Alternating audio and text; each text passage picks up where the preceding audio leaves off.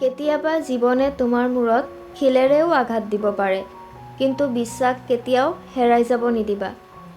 কোনো বস্তু মহত্বপূৰ্ণ হ'বলৈ জগতখন সলনি কৰাৰ প্ৰয়োজন নাই। মহান কাম কৰাৰ কেৱল মাত্ৰ এটাই উপায়, তুমি যিটো কাম কৰি আছা সেই কামটোক ভাল পোৱা। তুমি যদি বাস্তৱক গভীৰতাৰে চোৱা, তেতিয়া দেখা পাবা যে এটা ৰাতিৰ ভিতৰতে পোৱা অধিকাংশ সফলতাত বহুত দীঘলীয়া সময় লাগিছে। আমি কিবা হেৰুৱাই পেলাব পাৰোঁ। এই চিন্তাৰ জালৰ পৰা মুক্তি পোৱা আটাইতকৈ ভাল উপায় হ'ল যে এই কথাটো মনত ৰাখা, আমি কেতিয়াবা মৰি যাম।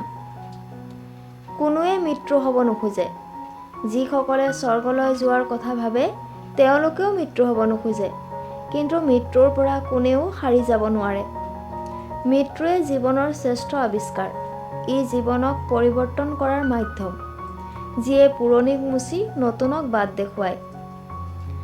তোমাৰ জীৱন সীমিত, সেইবাবে ইয়াক আনৰ জীৱন জীয়াই ব্যৰ্থ নকৰিবা।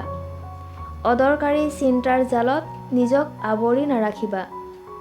আনৰ বিচাৰৰ উচ্চ স্বৰত নিজৰ ভিতৰৰ মাত, নিজৰ অন্তৰ্দৃষ্টিক ডুবি যাব নিদিবা।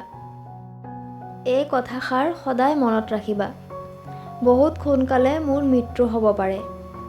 নিজৰ জীৱনৰ ডাঙৰ নিৰ্ণয়বোৰ ল'বলৈ আটাইতকৈ ডাঙৰ সহায়ক হ'ব। কাৰণ যদি এবাৰ মৃত্যুৰ বিষয়ে ভবা হয়, তেতিয়া সকলো আশা, সকলো অহংকাৰ, অসফল হোৱাৰ ভয় এই সকলোবোৰ নোহোৱা হৈ যায়। আৰু মাত্ৰ এই কথাষাৰেই মনলৈ আহে যে সঁচাকৈ প্ৰয়োজনীয়, প্ৰতিদিনে এইটো এবাৰ মনত পেলোৱা যে এদিন মৃত্যু হ'বই লাগিব।